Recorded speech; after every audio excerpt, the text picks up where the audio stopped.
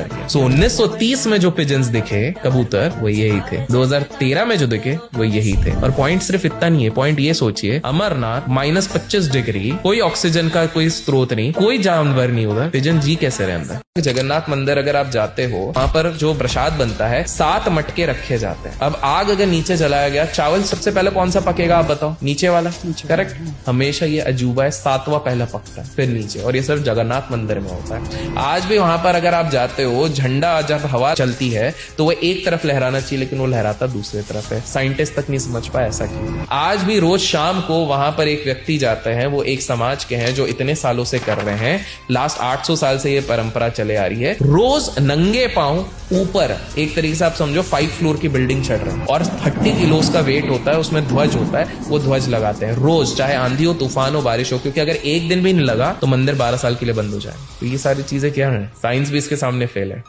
आज भी नरसिंह भगवान वहां पर साक्षात विराजमान है। जब आप आंध्र प्रदेश जाते हैं, यहाँ एक और जगह है अहोबिलम, जब आप इधर ट्रैक करके जाते हैं, तब जब ऊपर देखते हैं तो आपको एक ध्वज लहराता हुआ दिखता है। बताइए ध्वज पता है कहाँ पे लहरा रहा है? ये वही स्तंभ है जिससे नरसिंह भगवान निकले थे। वहीं पर एक मंदिर है जहाँ नरसिंह भगवान की एक बहुत ही मिस्टिकल चीज होती है। आप मंदिर जा सकते हैं, प्रभु के दर्शन साल में सिर्फ एक बार होते हैं। क्यों? क्योंकि नरसिंह भगवान का तेज इतना है, एनर्जी इतनी है कि आम इंसान उसको सह नहीं पाएगा। इसी मंदिर में पंडित लोगों ने खुद ने किया है, वो मूर्ति टफ नहीं है, बहुत फीबल है। उसको जब आप टच करते हो तो आपकी उंगली भी अंदर जाती है, और थोड़ी उंगली अंदर चले जाती है तो रेड कलर का फ्लूइड निकलता है, ऐसा माना जाता है। आज भी नरसिंह भगवान वहां पर साक्षात विराजमान है।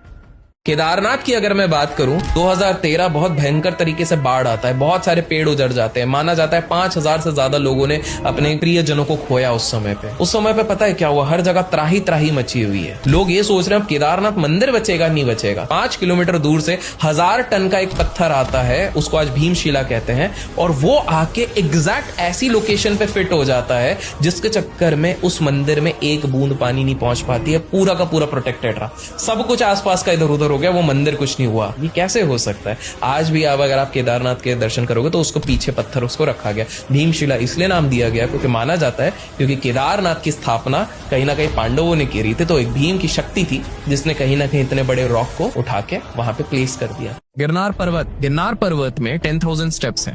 1947 भारत आजाद हुआ, ब्रिटिश सोल्जर्स को इतना पता चल गया था कि यार भारत में ना कुछ ऐसी जगह है जहाँ कुछ इनके बाबा लोग और अघोरी लोग बोलते हैं बहुत ताकत है। तो 13 लोगों का ब्रिटिश का ट्रूप उधर गया, इतना पावरफुल है जाके हम पता करेंगे। वो गए, एक रात में 13 में से 12 पागल हो गए, और जो एक निकला वो ये बोले यार हम ढूंढने गए थे कि इस दुनिया को किसने बनाया, वो तो खुद यहाँ पर विराजमान है। वहां पर एक केव्स है। पीपल हैव सेड कि हमको रात को इधर डमरू की आवाज आती है, क्योंकि ऐसा मान्यता है कि देवी देवता भी वहां पर डांस करने के लिए आते। मंदिर जाते हो, आप घंटी बजाते हो, आज तक कभी सोचा है क्यों घंटी बजा रहे हो? पवित्र हो जाता है पूरा एरिया, ऐसा कुछ है? बताता हूँ। हम जब भी मंदिर जाते हैं और घंटी बजाते हो, घंटी एक पर्टिकुलर शेप की होती है और एक पर्टिकुलर मटेरियल की बनी होती है और पर्टिकुलर साइज की बनी रहती है, और उसके अंदर के घंटी का शेप भी एक पर्टिकुलर साइज का होता है, और वो एक जगह पे लगा रहता है। क्योंकि जब वो अपन रिंग करते हैं तो टेक्निकली वो 7 सेकेंड्स के अंदर एक वाइब्रेशन क्रिएट करती है। 7 सेकेंड्स के अंदर वो जो वाइब्रेशन क्रिएट करती है वो हमें उस जोन में ले आती है, all positive focused concentrated zone, जहां हमारे और ईश्वर के बीच में और कुछ नहीं रहता। इसलिए आप जब मंदिर जाते हो और घंटी बजा के, तो आपको एक अलग वाइब्रेशन फील हो। कुछ लोग बोलते हैं राम सेतु ब्रिज नहीं बना है। नासा ने खुद ने जब सैटेलाइट के इमेज डाले और उसने बताया कि भैया एक ह्यूमन मेड ब्रिज है जो पानी के नीचे ढक गया है इंडिया से श्रीलंका के बीच में, और उसकी डेट सीधे निकल रही है रामायण की। ये क्या था? राम सेतु ब्रिज ही था। रामेश्वरम में जाएंगे, आज भी आपको ऐसा पत्थर मिलेगा जो पानी के ऊपर तैर रहा है। अब साइंटिस्ट लोग बोलेंगे अरे वोल्केनिक इरप्शन के बाद जो एक हैलो स्टोन बन जाएगा तो वैक्यूम के साथ साथ वो फ्लोट करने लग जाएगा पानी में। ऐसा रामेश्वरम के पास कौन सा वोल्केनो है? अब बताइए, नहीं है।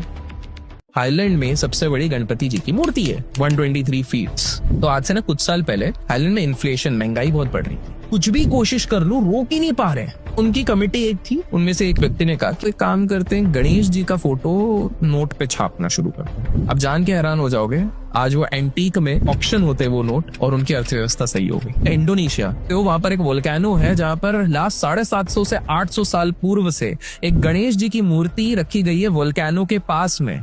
वो इसलिए रखी गई है क्योंकि वहां के लोकल्स का मानना है कि यही हमें बचाते हैं। वो एक्टिव वोल्केनो आज तक नहीं फटा है बिकॉज गणपति जी वहां पर विराज है।